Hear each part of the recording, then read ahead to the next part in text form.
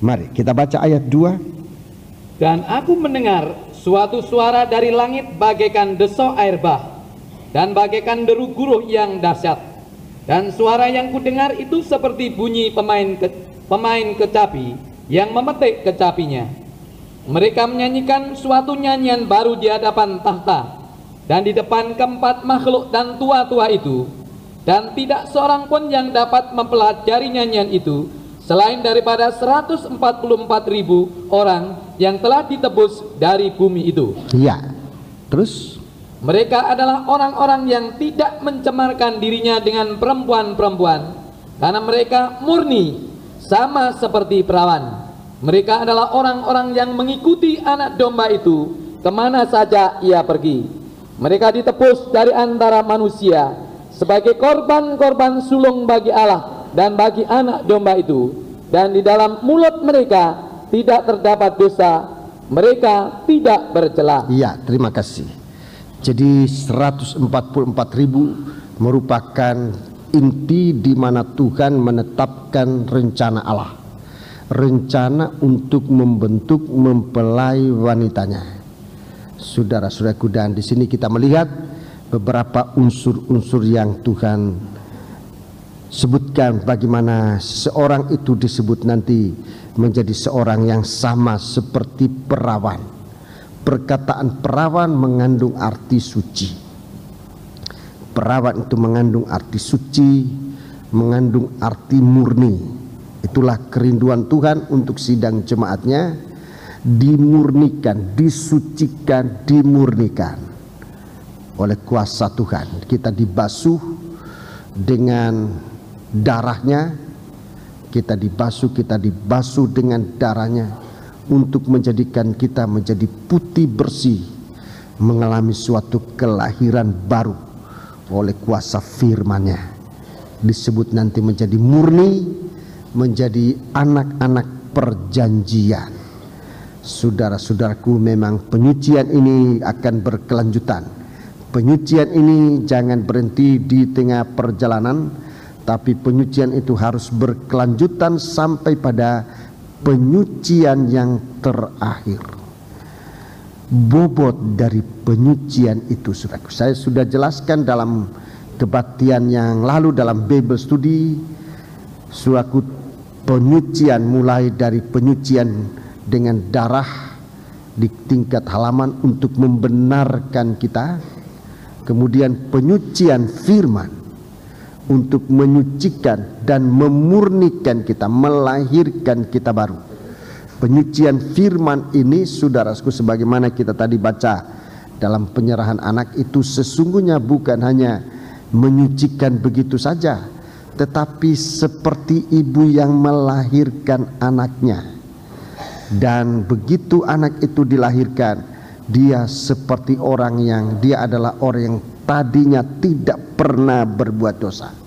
Demikian tingginya penyucian firman Allah dalam kita, sampai kita ini dipandang oleh Tuhan bahwa tadinya tidak pernah berbuat dosa.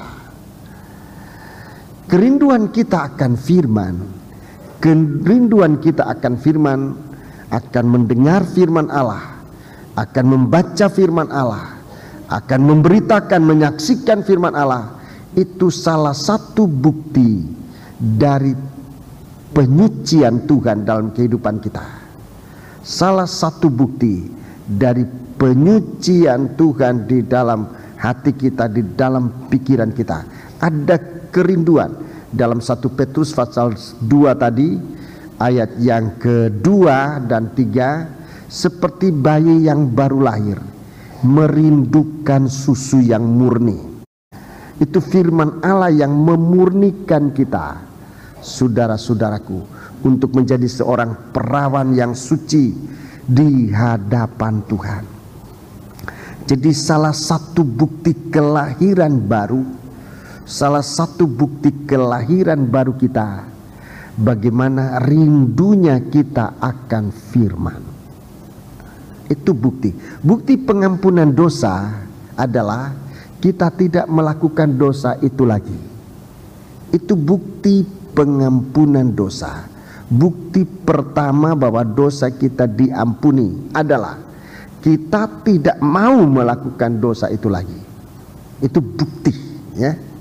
Itu bukti bahwa dosa kita sudah diampuni oleh Tuhan. Kita berdoa dan Tuhan ampuni dosa kita. Buktinya dalam kehidupan kita sehari-hari adalah kita tidak mau melakukan dosa itu lagi. Itu bukti dosa diampuni. Dan ini hanya bisa terjadi kalau pengampunan itu dikerjakan oleh lewat pengakuan kita yang menyatakan penyesalan kita akan dosa itu. Kalau orang tidak menyesal akan dosa itu, dia akan berbuat lagi. Dan pengampunannya tidak benar, tidak kuat, tidak kokoh. Dan dosa itu akan berulang-ulang dilakukan kembali. Tapi kalau ada dasar penyesalan, seperti seorang anak bungsu yang terhilang, waktu dia sadar, ia mengaku bagaimana kesucian dan pemeliharaan dalam rumah bapaknya. Dia menyesal, dia kembali kepada Tuhan. Dia menerima pengampunan lewat penyembelihan seekor anak lembu tambun. Dia diampuni oleh Tuhan. Buktinya dia tidak kembali lagi berbuat dosa. Dia tidak kembali lagi berkubang bersama babi-babi yang pernah dia lihat begitu lebih berharga daripada dirinya sendiri. Kalau babi-babi itu masih mendapat makanan, dia sendiri tidak diizinkan untuk makan makanan babi pun. Orang tidak kasih sama dia. Sebab itu saudaraku, pengampunan dosa buktinya kita tidak melakukan lagi dosa itu. Kalau kita melakukan lagi dosa, pengampunan itu tidak nyata di dalam kita, tidak ada kenyataannya. Bukti kelahiran baru, kita merindukan Tuhan, merindukan firman-Nya, taat dengar-dengaran pada rohnya yang suci. Ukurannya adalah penyembahan kita.